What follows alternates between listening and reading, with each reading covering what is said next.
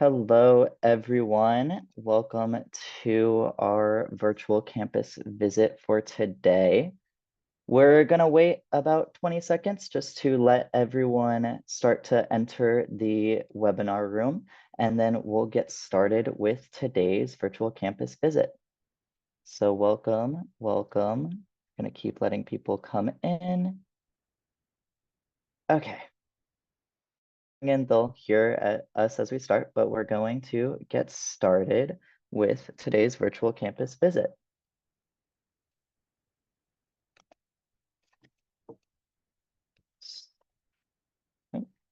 Perfect. So welcome to Berkeley.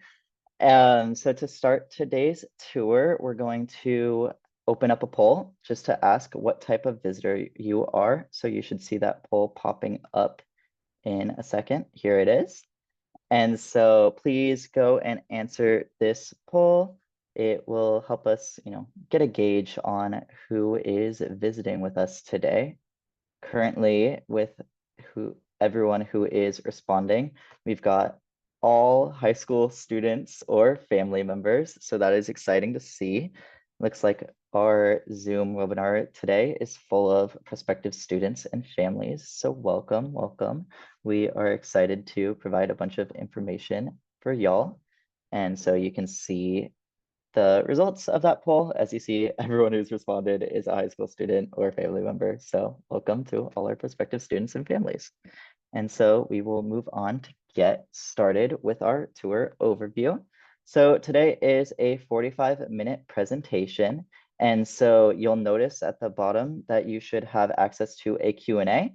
And you can use that Q&A throughout the entire campus visit today. We have a few of our amazing campus ambassadors for you on our back end who are there to answer all those questions in the Q&A. And then there will be a few more interactive polls throughout the visit, as well as our virtual visit recordings are available on our website and our YouTube channel at Visit UC Berkeley. So you can watch more of the virtual campus visits and get more student perspectives. So as an overview, we're going to give you student perspectives from two of our amazing ambassadors. There will be no admissions or financial aid information. Those both have separate presentations that you can register for those. So we will not be covering those. And then at the end of today's tour, there will be a live Q&A. So you can ask our amazing ambassadors questions in our Q&A chat, and some of them will get answered live. So without further ado, I'm going to turn it over to our two amazing campus ambassadors to introduce themselves and get this virtual campus visit started. Thank you so much, Jordan, for kicking us off. Good evening, everyone. My name is Rena. I'll be one of your tour guides showing you virtually around Berkeley's campus today. A little bit more about me. I'm originally from Folsom, California. That's where I'm doing this tour from. I'm a rising senior, which is kind of insane to say. I can't believe this is going to be my last year at Berkeley. I study legal studies and public policy. And when I am not a campus ambassador, I am part of our student government, the ASUC. I do research at the Civil Justice Research Initiative, which is a research group at the Berkeley's Law School. And I'm involved in various different student organizations, which all of these different extracurriculars on campus opportunities, we will go into greater detail throughout this tour. Hello, everybody. I will also be your tour guide today. I'm Jasmin. I use the she, her, ella pronouns. I am from Fontana, California, which is where I'm currently giving this tour. For those who don't know, it's by LA. I am a rising sophomore, so I just finished my first year here at Cal. It was a wonderful experience. Can't wait to answer some questions about it. I'm majoring in environmental science and minoring in forestry. Aside from being a campus ambassador, I'm also part of the UC Rally Committee. I would say we're like unofficial cheerleaders. We're at every game, you'll find us either waving a flag or just dancing with Oski. I'm also part of CalPERC, which is the California Public Interest Research Group. We are more of a grassroots organization, and we are activists for environmental change and others, but right now we're focusing a little bit on more of environmental activism. But yeah, let's start off this tour. Cool. So this is going to be our agenda for today. We're going to go over all the big key topics. So history and culture, academics, housing and dining, health and safety, student resources, student life, athletics, and then libraries and research. And as Jordan mentioned at the beginning of this tour, please, please, please use that Q&A function. We're going to try to give you as much information as we can, but we can't possibly give you everything. So please use that Q&A function if you have additional questions or things that are just coming up. We have such a wonderful team of back-end tour guides who will be happy to answer all and any questions that pop up. Alrighty, let's start off with the overview of UC Berkeley. So fun fact, we are founding in 1868. We are the first UC school. So that's why we were called like Berkeley, but we're also called Cal because we were the first UC. Our mascot is the golden bear, but aside from the golden bear, it's Oski. If you look at the top left corner of the images, that is Oski, one beloved. He's really energetic. You will see him frolicking around campus or frolicking and dancing at games. If you're like, can he dance? He'll dance with you. I love having pictures with Oski. So if you see him around campus, just give him a little tap on the shoulder. Be like, can I have a picture? Our student body is 33,000 undergraduate students and 12,000 graduate students. We are a pretty big campus, but we'll talk a little bit about how to make a big campus a little smaller later on in this tour. If you look at the images, you will see at the bottom right, it is a big gate. That is one of my favorite spots to take pictures, especially as a first year. I was like, guys, wait, this was literally in Monsters University. I don't know if you guys watched that movie, but it was the university from Monsters University was inspired from the UC Berkeley campus. Fun fact, the Pixar Studios is right by campus.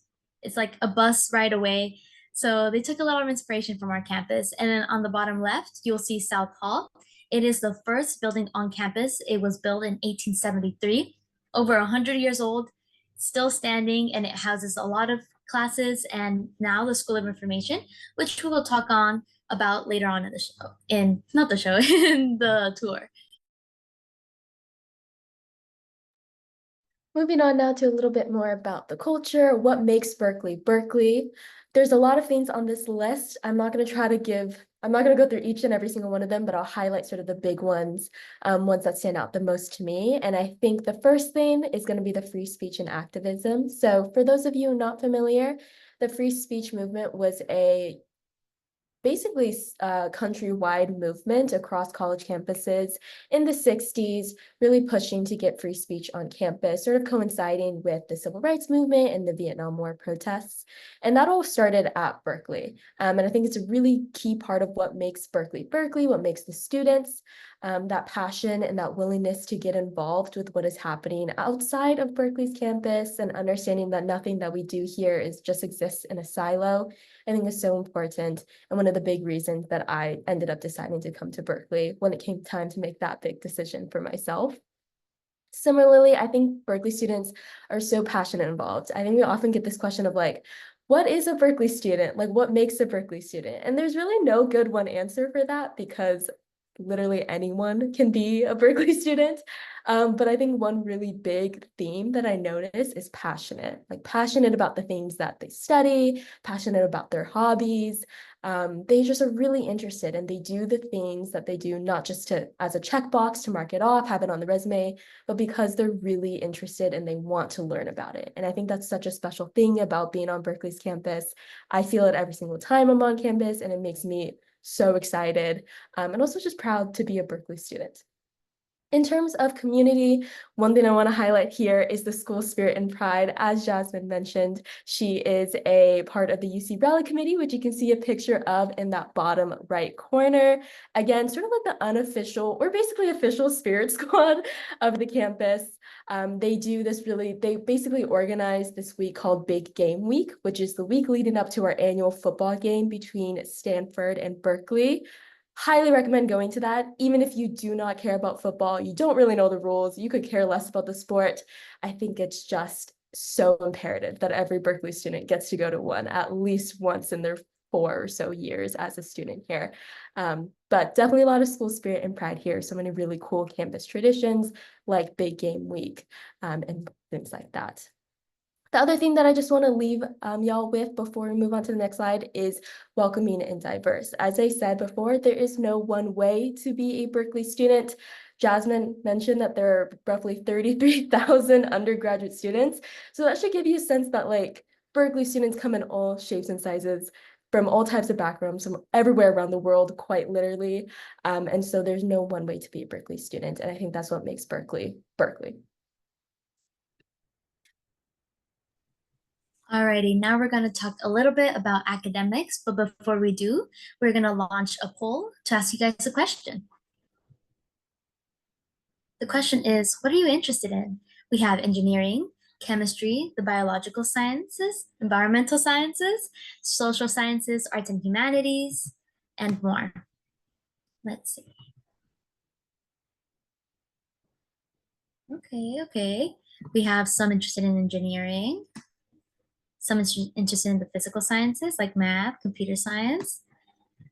Alrighty. We are going to end the poll and share our results so you guys can see. So we have a few people interested in engineering. I personally have a lot of friends that are engineering, really hardworking people. And then physical sciences like math, computer science. Okay, we're interested in sciences for the majority. And for those who are unsure, don't worry. We have a lot of programs. You can enter the College of Letters and Science, which we will talk a little bit about in further as we progress this tour. So don't worry. So we have 6 undergraduate colleges. We have the College of Letters and Science. It has one of the most diverse range of majors. We have French, math, physics, economics, all in letters and science. We have Rouser College of Natural Resources, which is my college, the best one. No, I'm kidding. I'm a little biased. I just like Rouser. We have environmental design. We have the College of Chemistry, the College of Engineering, and our brand new, drumroll please, that's the College of Computing, Data Science, and Society, also known as the CDSS. Of course, we have undergraduate programs in the Haas Business School, but the Haas Business School is a graduate school. But we'll move on and talk a little bit more about the specifics of each college. Wonderful. So starting off with the biggest undergraduate college on Berkeley's campus that Jasmin mentioned, the College of Letters and Science. My major legal studies is housed within here, so I am biased to the College of Letters and Science. I think it's the best college, but you'll hear from Jasmin later. But again, most students are within this college just because so many majors are housed within it. About 75% of undergraduates are. So again, it's the biggest one on campus.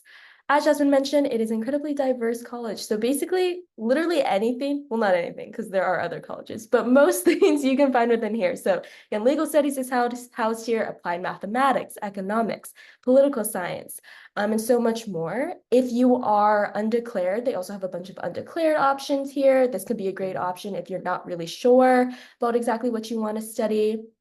The other thing that I think is really cool is that they also have an interdisciplinary studies program. So maybe you're looking at this list of 80 plus majors and you're like, oh my goodness, none of these things sound exactly what I want to study.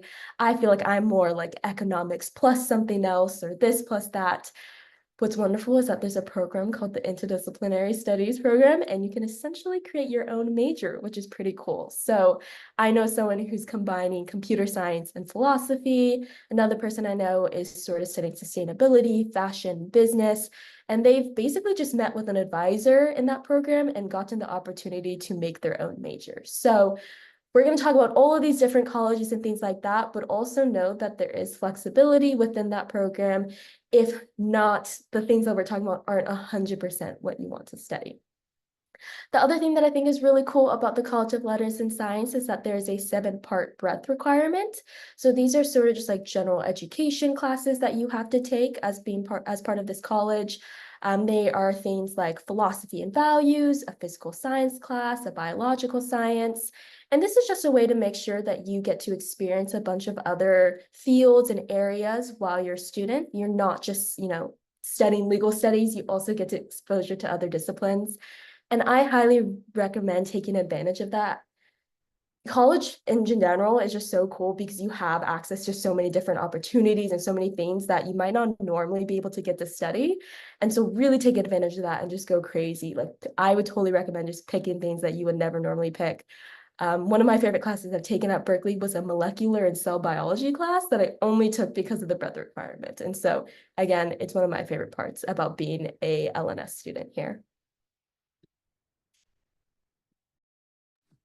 Yeah, so now it's my turn to talk a little bit about Rouser College of Natural Resources. I think it's the best college, but again, I'm biased. It's my college. Fun fact, it's one of our founding colleges. UC Berkeley was meant to be an agricultural school. If you come on campus, you'll see that we have a creek that flows all throughout campus. We call it Strawberry Creek. It was meant to have like a natural flowing source of water. If we were an agricultural school, it would be really beneficial, but now it's a really great place to just lounge around and relax. But a little bit more about Rouser College. It has 9 majors, all based around the environment, like molecular environmental biology, society and environment, genetics and plant biology, and so many more. My favorite thing about this college is that it gives opportunity for students who have never done research to join research. There's a program called SPUR, which is sponsored projects for undergraduate research. It allows students in the Rouser College to be paired up with faculty of the college and either become interns for their research or help out. To be honest, I'm applying this semester.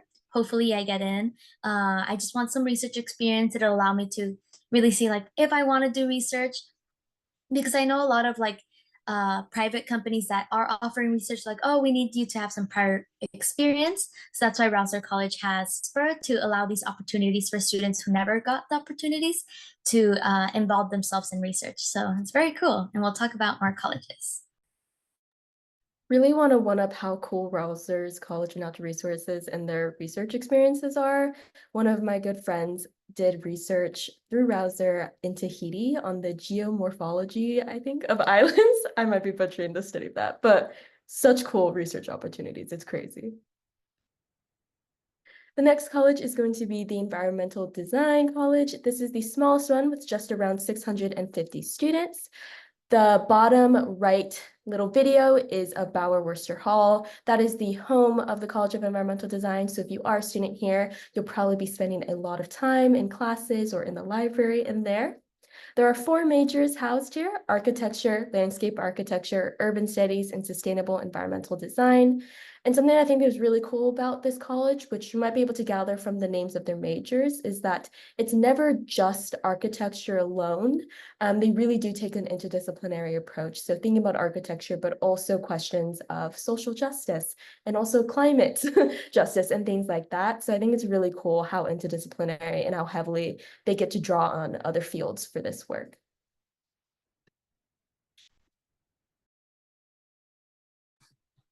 Yeah, now let's talk a little bit about the College of Chemistry.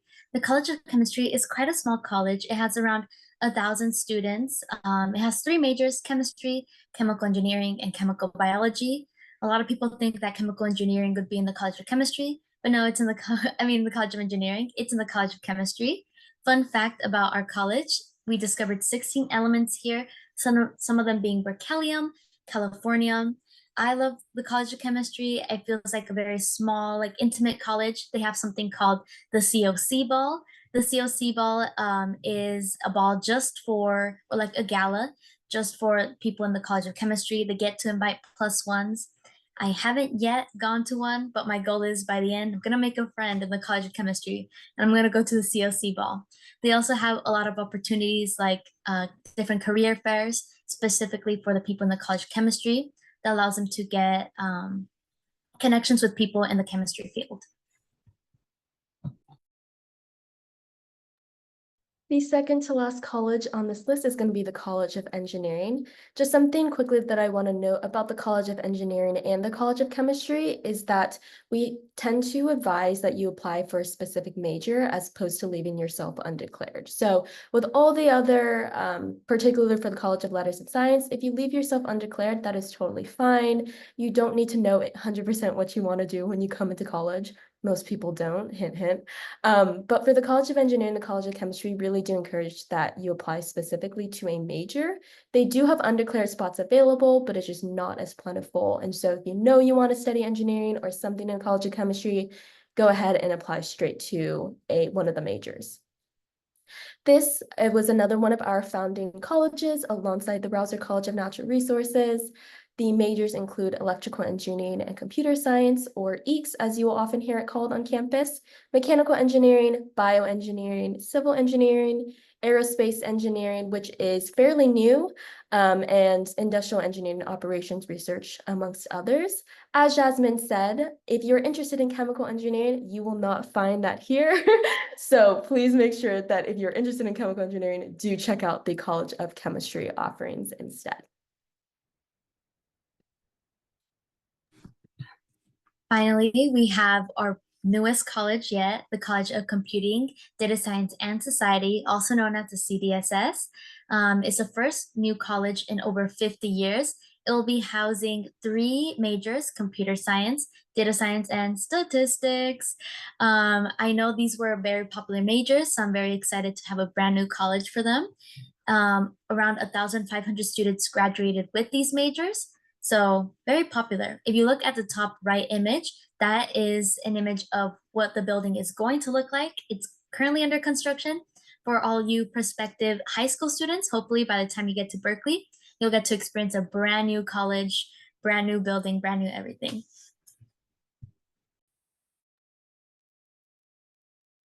And now moving on to the Haas School of Business undergraduate pathway. So as Jasmin mentioned at the beginning of this section, Haas is predominantly a graduate school, but there are undergraduate options available for anyone who is interested in pursuing business or something along those lines. So since we mostly have high school seniors, current high school students, I will focus more on the first bullet point, but of course I'll also briefly go over those second and third bullet points. The first big way that people tend to get involved in the Haas School of Business is through the Speaker Undergraduate Business Program. This is a 4-year program that you apply to directly on the initial UC application. This used to be a 2-year program. Fortunately, we got a grant and we were able to open it up. The one thing that I will note, though, for this is that if you apply for the undergraduate business program and you are not admitted into the undergraduate business program, you are not admitted into Berkeley as a whole. So I just like to flag that because that might be an important consideration for deciding what you want to do on your application or if you want to study business. The good thing that I will say about this is that we do offer similar programs like economics or political economy that have some similar content, but you won't necessarily have that all or nothing sort of thing looming over your head when you go to apply. That being said, if you're really interested in business, I would just say go ahead and do it.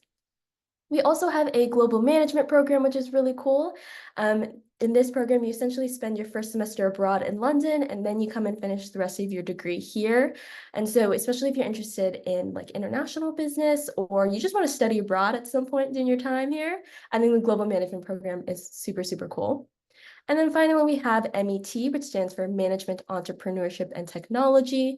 This is a joint degree program between the Haas School of Business and the College of Engineering. So you'll end up with 2 degrees if you're in the MET program, one that's a business administration degree, and then one that's from the College of Engineering.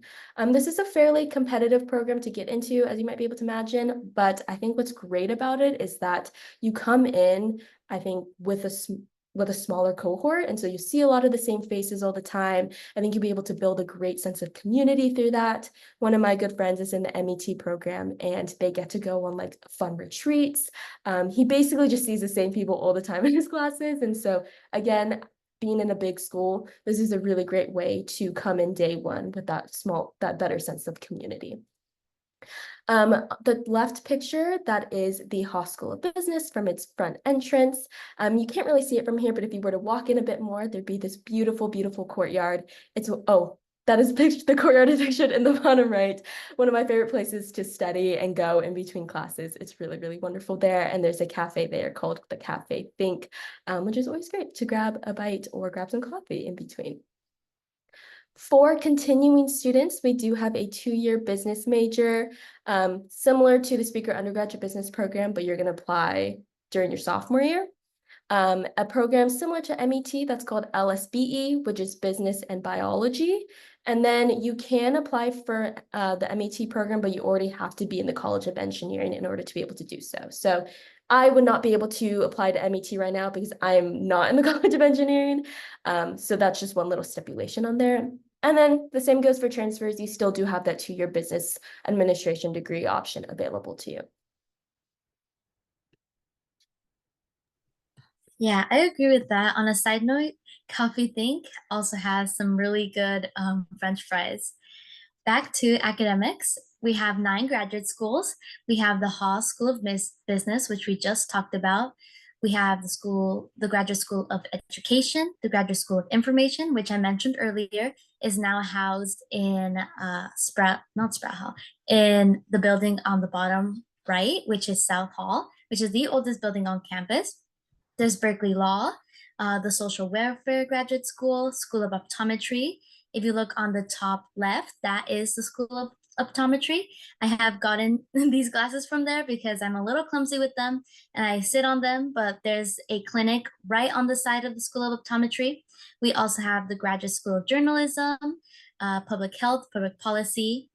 These are all graduate schools. I know a lot of you guys are high school students, so you guys might not be thinking about graduate schools right now, but in the future, we have very good programs. Like, for example, the Graduate School of Journalism is the only journalism graduate school in all of the UC system. So something to keep in mind. Wonderful. I do also just want to give a special shout out to the Berkeley Law Library. It is notoriously difficult for undergraduates to get in because they like to gatekeep it over there, but it's really, really pretty. So if you ever do manage to get in, savor it. It's really, really lovely and wonderful. Moving on here now into housing and dining. First, I just want to flag this QR code in the middle of the screen for you. We don't do dorm tours anymore, but if you do want to get a sense of what the dorms look like, where you could be possibly living, that QR code in the middle will take you to our virtual housing tours, and you can kind of explore and see what the different dorm setups look like. Back to just more information. Couple of things that are unique about Berkeley's housing system. Number one is that it's not required that you live on campus your freshman year. That being said, as you can see from that first bullet point, the overwhelming majority of students do. 96% of freshmen live in the university residence halls. I lived there my freshman year, and it was honestly, I think, the best decision I could have made. It was such a great way of getting acclimated to the campus. Berkeley's a big campus, as you might have noticed by now. And so having that first week of orientation, having my roommates, my floor mates that I saw on a regular basis helped me adjust to being in a bigger school and made me feel a lot more at home at the very beginning. There are doubles and triples and suites. So suites are going to be like 2 doubles conjoined with a little common room, for example. There are singles, but those are very, very far and few between. Those are fairly rare. If you have a specific accommodation in which you would need a single room for, you can make that known to Berkeley. But otherwise, I would expect living with at least 1 or 2 other roommates. We do have guaranteed housing for freshmen as long as you fill out the housing application correctly. And by that, I just mean that it's going to ask you to rank your top 5 choices. You want to make sure that that last option on the housing application is any room size, any location. This is just because our housing system works on a lottery system. So if you get picked first, that is phenomenal. Hopefully you'll get your first choice. But if you do get picked later down in the line, we want to make sure that there's still somewhere for you to live. And so any room size, any location as that 5th option will ensure that. Meal plans are also included for within these dining hall or within the dorming systems. And so we have Clark Kerr Dining Hall, which is pictured in that top right. There's also Foothill Dining Hall, Cafe 3, and Crossroads Dining Hall. So 4 different options that your meal plans will all work at, and you can choose between them whenever you want. You can look at the menu, decide what sounds best for you, and go to that dining hall. For transfers and continuing students, there are a couple of different options for you. The one thing I really want to flag because it's super exciting is the Helen Diller Anchor House. This is a new university dorm that is opening, I think, in August, like literally in a couple weeks, specifically for transfer students. So prior to this, transfer students didn't necessarily have their own specific housing. The Helen Diller Anchor House will offer that. It has so many really cool amenities, plus a satellite office with the transfer student center. And so many resources. I walked past the Anchor House every single day when I was going to one of my classes. It looks phenomenal. It's so cool. So excited to finally have that. And it's also right across the street from campus. So prime location. Really want to flag that for any potential or incoming transfer students. And then, of course, we do just have private off-campus housing. I think the majority of students you talk to will just move off campus past their freshman year. There's a bit more flexibility there, things like that. But obviously, make the decision that makes the most sense for you, whether that is continuing to apply for on-campus housing or moving off campus or Greek life housing. Yeah, now we're going to talk a little bit about health and safety. Before we do, we have another short little poll for you guys. And the question is, where are you joining us from? We have Northern California, Central California, Southern California, any other state, Eastern time. Oh, there's a lot of people from the East Coast. I'm currently giving it from Southern California right now. Where are my SoCal people at? Okay. We're gonna give it a few more seconds to I can't believe there's only 2 Northern California people. Where's the I Northern know. California representation here? All right, we're gonna end the poll and share our results. That is crazy. Usually we have a lot of Northern California, but this time we have a lot of people from the East Coast. So welcome everybody from the East Coast. We're gonna talk a little bit about physical and mental health. We're gonna start a little bit with Berkeley SHIP. SHIP is the insurance that is offered by the university. It is not a necessity that you have to grab university. You have to grab insurance with the university, but you have to prove that you are insured. UC Berkeley does require our students to be insured either with or without the university. We have urgent care, pharmacies, and so many other spots on campus. For example, there is the Tank Center. I've gotten a cold or really bad stomach flu. I've gone to the Tank Center. They've helped me out. It's right by campus, so it's not like you have to go like a lot of miles, just a short bus ride or even walking distance from campus. You can get there. There's also PATHs with a PATH, which is to help for mental or it's psychological services for students in need. However, my favorite way to cope with mental illness or with anything that might like stress from like classes is when they bring out the llamas. We have something called Llama Palooza. If you look at the top right image, it's when they bring out llamas or maybe dogs to campus. There's this organization called PAWS. PAWS brings out golden retrievers to Sproul, Sproul Plaza, which is this place on campus where a lot of people table, but the dogs are always there. I usually go and get my food around there, come back out. I'm like, the dogs are here. Pause for mental health. It really helps me. Obviously, there's other services like more professional services that you can access as a UC Berkeley student. Obviously, for more physical stuff, as I mentioned earlier, we have the Optometry Eye Center, which is right by the School of Optometry, or you can also go to the Tank Center. Llama-Palooza has also since expanded to bunnies, I think. So you have your choice of animal when it comes to what you want to hang out with on during finals week, which is phenomenal. Moving more into the campus safety services that we offer on campus. The first thing just to note is that we do have our on-campus police department, which is called UCPD or University of California Police Department. They are headquartered right on Sproul, which is a very central location of campus, essentially. And so they are there. We also have these things called blue light poles, which you might have seen if you have been able to visit other college campuses. I think they're a pretty common resource, but basically they are just emergency poles that you can go up to. They are scattered all around Berkeley's campus. The goal is that no matter where you are, you should be able to do a 360-degree turn, and there will be one in your vicinity. If there's an emergency, something's going on, you can walk up to the pole, press the button on it, and emergency services will be dispatched out to you. So really great service to have just scattered around Berkeley's campus. Warn Me is our email and text alert system that all Berkeley student, staff, and faculty are automatically enrolled in once they get to campus. So it's not something you have to opt into. This is just our way of making sure that everyone on campus is on the same page. So for example, I think 2 years ago now, the Haas School of Business, like a pipe burst or something like that, and there was just water everywhere. So no one could get to their classes. You couldn't really walk through it. It was just flooded basically. And they used Warn Me to send out a email and a text message saying avoid Haas. And then once it had gotten cleaned up, they said like all clear or something along those lines, basically. So just keeping everyone on the same page. If you normally walk through Haas or you have a class in Haas or whatever, you can plan ahead. You know what is going on campus, even if you're not physically there. We also have a program called Safe Walk, which is overseen by UCPD, but also uses community service officers, which you can see in that bottom left picture with their very cool blue reflective jackets. This is a phone number on the back of your Cal ID card that you can call. And basically, if it's late at night, you want someone to walk you back, it's a number you can call. They will come out to you, usually in groups of 2 or 3, and they'll walk you back to your apartment, your dorm, wherever it is that you need to go. They are supposedly trained in small talk, so hopefully the conversation there and back isn't too awkward.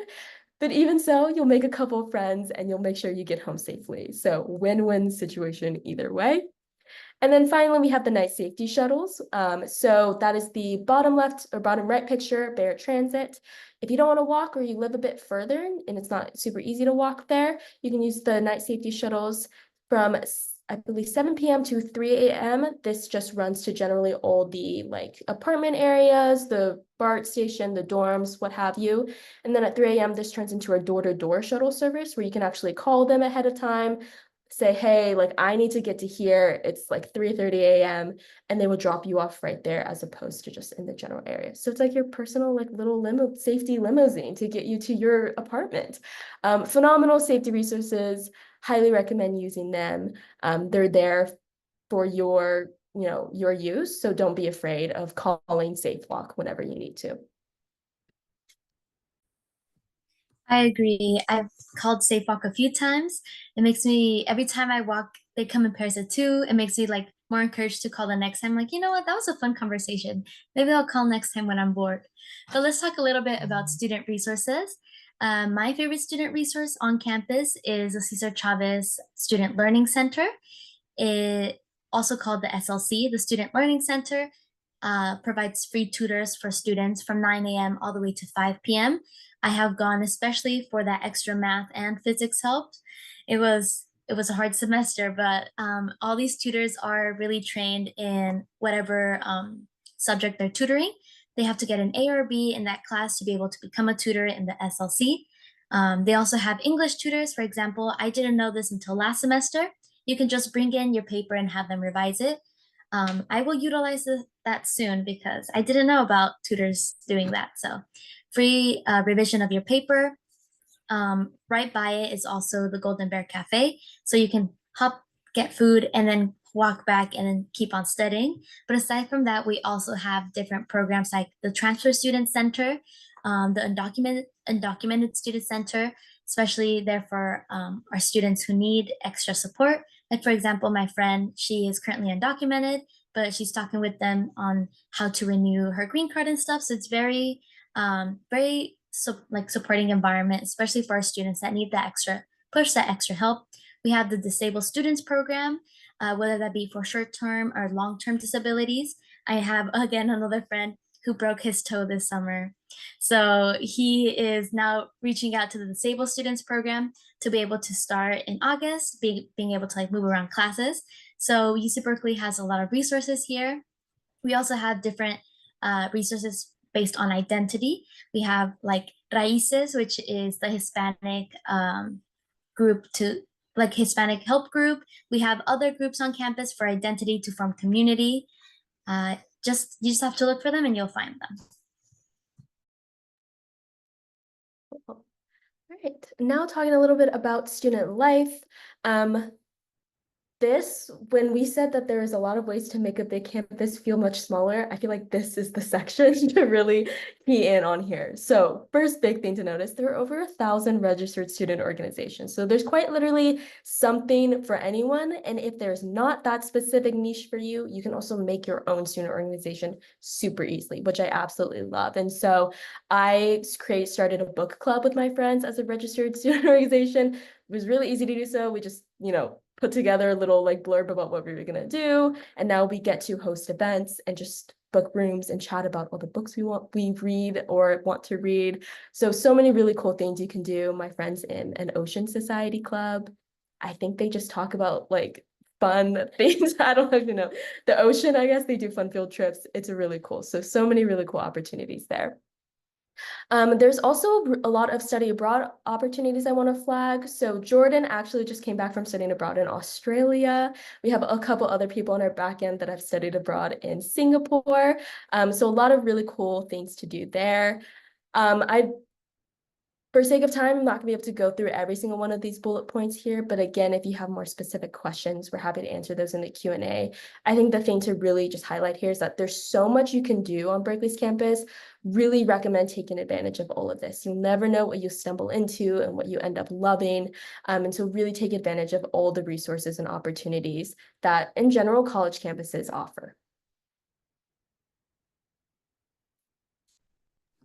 Next, we're going to talk a little bit about our athletics. We do have D1 basketball and football. If you look on the top left, you will see there is our wonderful football team. The bottom right is our basketball team. Aside from having D1 sports, we also have intramural club sports. I have a few friends that do intramural frisbee. So if you are into like sports but don't want to devote an extensive amount of time to these sports, you can always enter some club sports. They still do competitions. It's just a less intense environment. We have the California Memorial Stadium, Haas Pavilion, and we currently have 223 Olympic medals, but who knows? With the Olympics right now, maybe more of our Cal alumni have ranked up some medals for us, but we'll check in once the Olympics end. I think the official number is that there's 23 Cal athletes with medals from this Olympics. So again, the Berkeley pride runs deep. We're very proud of them. A little bit more about libraries and research. There are 27 on-campus libraries, so you really do get your pick of where you want to study. One of my favorites is that top left picture of Doe Library. This is our big university library. It's absolutely gorgeous inside. It is also open to the public if you ever do get to take a trip to Berkeley's campus. Really recommend stopping there. You'll get to see some Berkeley students in their natural environment, studying, writing papers, doing whatever it is that they're doing. But basically, big takeaway here is that there's so many libraries that you can choose to study from. In terms of research, you do not need to be in like any specific programs or anything to be able to get involved in research here. There's so many opportunities through the departments and also through the undergraduate research apprenticeship program, or URAP. Basically every single department will open up these opportunities at the beginning of every semester. They're designed to be introductory. You don't need to have a bunch of expertise behind you. And if you're like me and you thought that research meant people in white lab coats with little chemicals and beakers and stuff, that would be somewhat correct, but also do know that the department that does the most research on campus is the history department. So this is just to say that literally anyone in any department studying whatever can get involved in research on Berkeley's campus.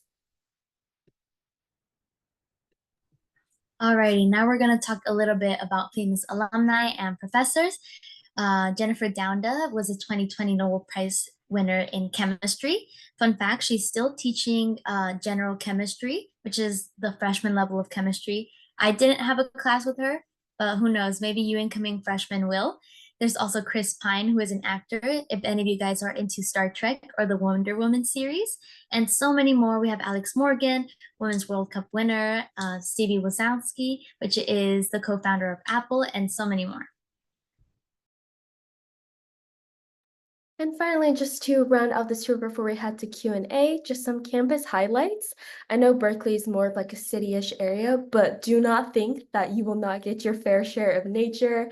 I think that's one of the most like beautiful things about Berkeley's campus in general is that sometimes it feels like you're just in a park, depending on where you're walking.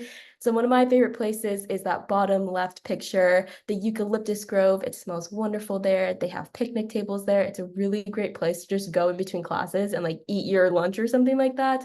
I love doing that. It's beautiful. And then Jasmin mentioned earlier, Strawberry Creek. That is the body of water that you can see pictured on the bottom right. And then there are also just so many different like nature reserves around Berkeley's campus.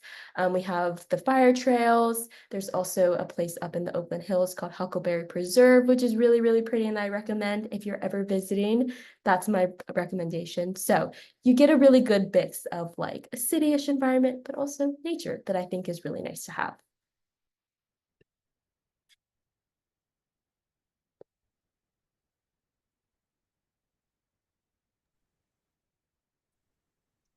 Okay, thank you, Rena and Jasmine, so much for that amazing virtual campus tour.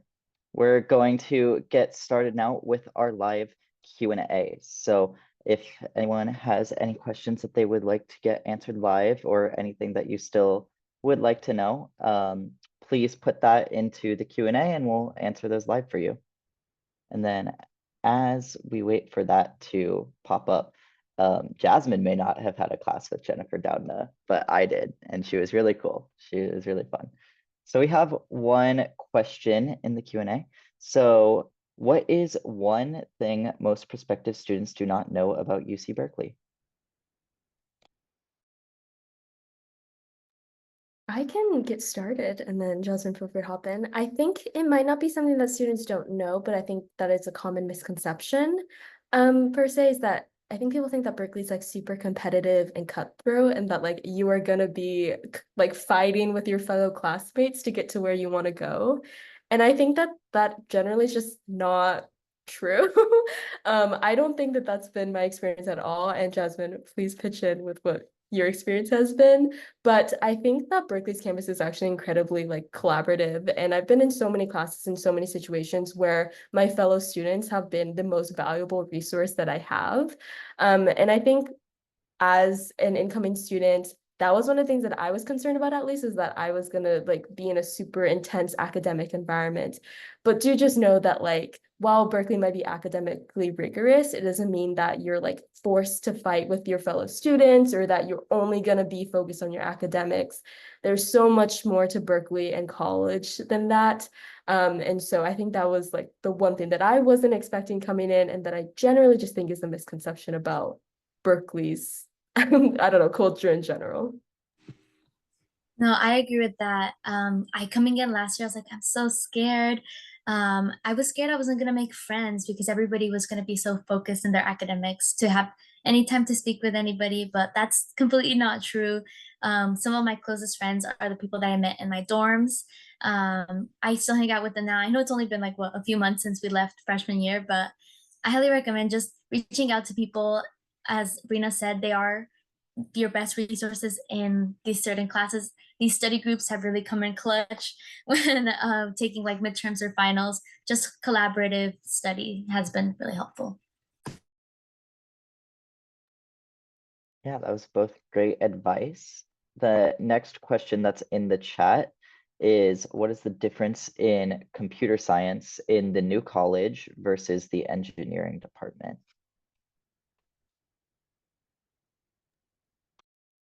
I will try my best to give a well-rounded answer here, but basically my understanding is that the major in the College of Engineering is electrical engineering plus computer science. So that is not just like a optional, you can do electrical engineering and like drop the computer science portion.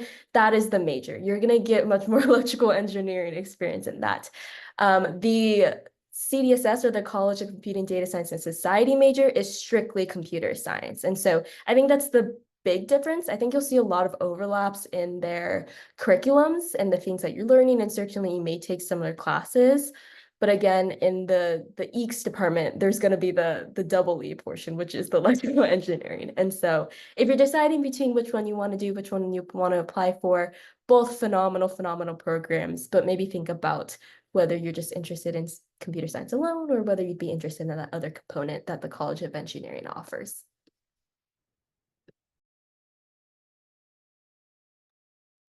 Perfect. So the next question that I think would be a good one for y'all to answer is how are the professors at UC Berkeley, such as how they teach, interact with students, hold office hours, etc.? Yeah, so it depends on the professor. but one of my favorite professors, the most memorable one I've had since, or that I've had this whole year, has been Ignacio Chapela. Shout out to him. He was my environmental bio professor.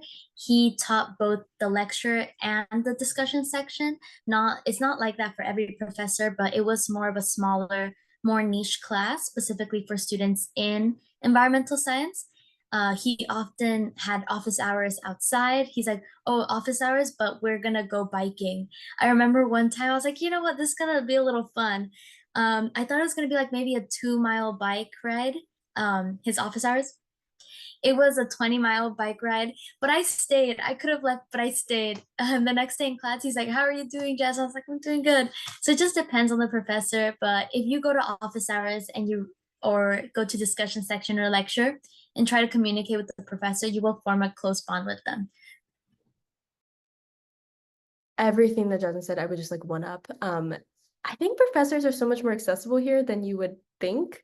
I think they're also much more human than people make them out to sound. Professors may seem scary because they're your professors and they have fancy degrees and all these things, but at the end of the day, they really do want to get to know everyone. I've had every single one of my professors, without a fail, has gone, guys, please come to my office hours. I really want to get to know you. I want to say hi. Like, even if you have nothing to talk about with them and you just like, hi, my name is Rena. I just want to say hi. They were so happy to see your faces. I have been able to forge such close relationships with so many of my professors. They've been such a resource and mentor for me throughout my career. And so I have had really, really positive experiences. They have to hold office hours too. Like, this is not an optional thing that they get to like mark off or like skip a week. They have to have those office hours. And so please do go in. Your professors do really want to know you more than just as a face in the lecture that they are speaking to. So absolutely love the office hours. Take advantage of them.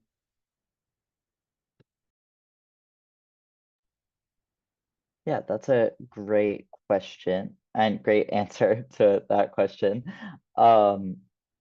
One other question, since there's nothing currently in the chat, actually, this one you can quickly answer. Is UC Berkeley hard to get accepted into? If anyone wants to take a stab at just a quick little admissions. Well, in comparison to other universities, I would say yes, just because we do have an 11% acceptance rate around there, like roughly. However, that doesn't mean it's impossible. I know, like for me, my Berkeley story was I wasn't going to apply because I was like, it's gonna be too hard to enter. I'm like low income.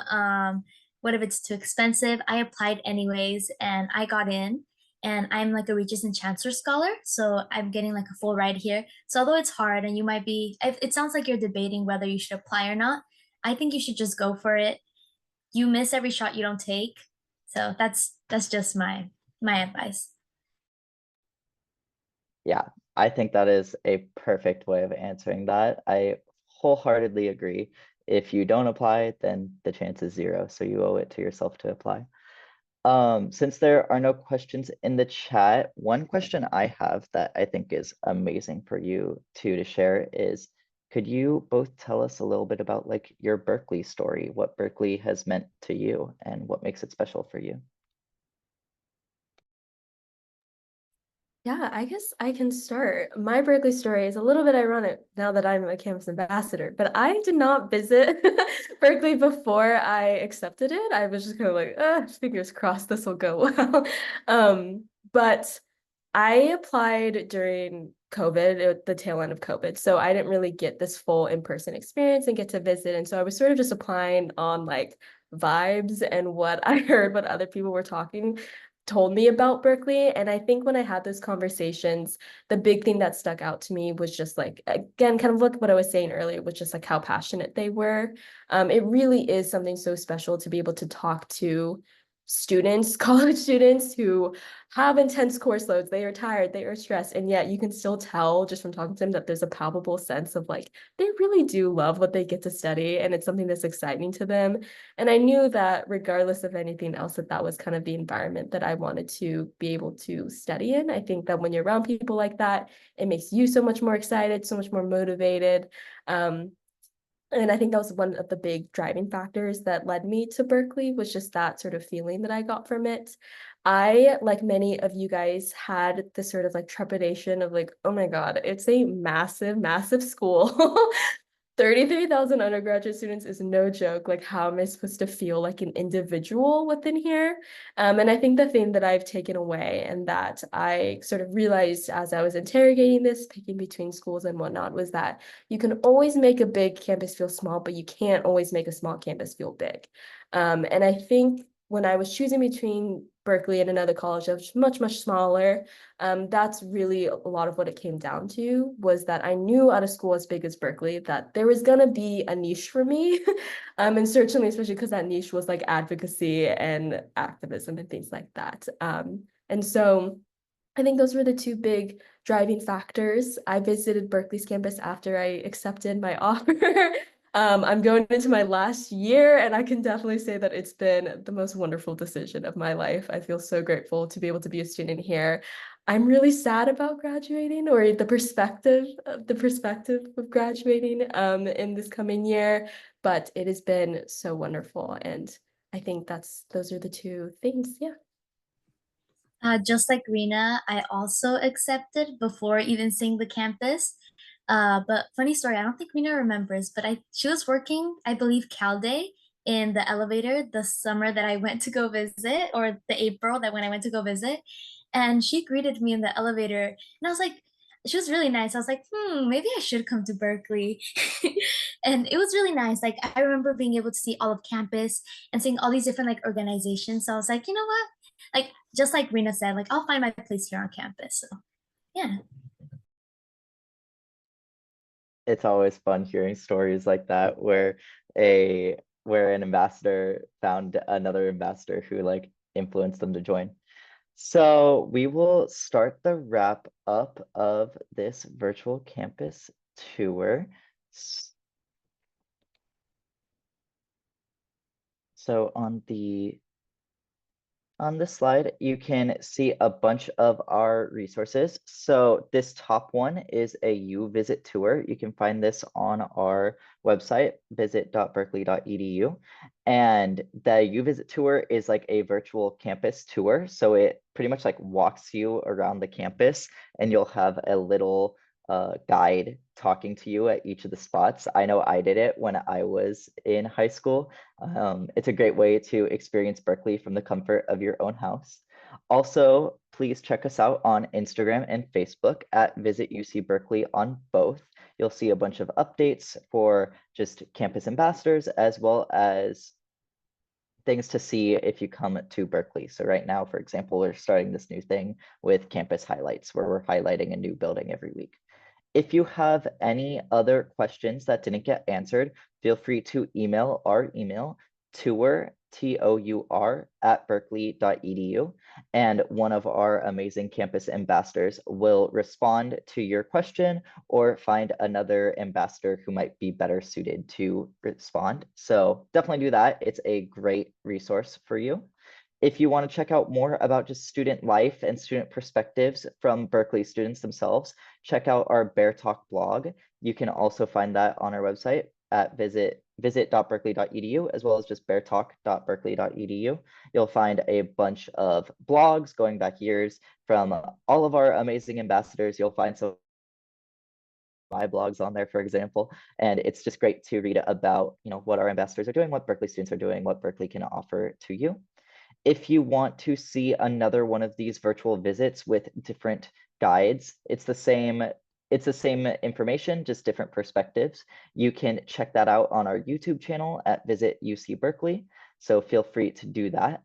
And then at the bottom, you will see our two QR codes. The one on the left will lead you to the admissions presentation. So if you want to sign up for that, scan that QR code or check out the admissions website, admissions.berkeley.edu.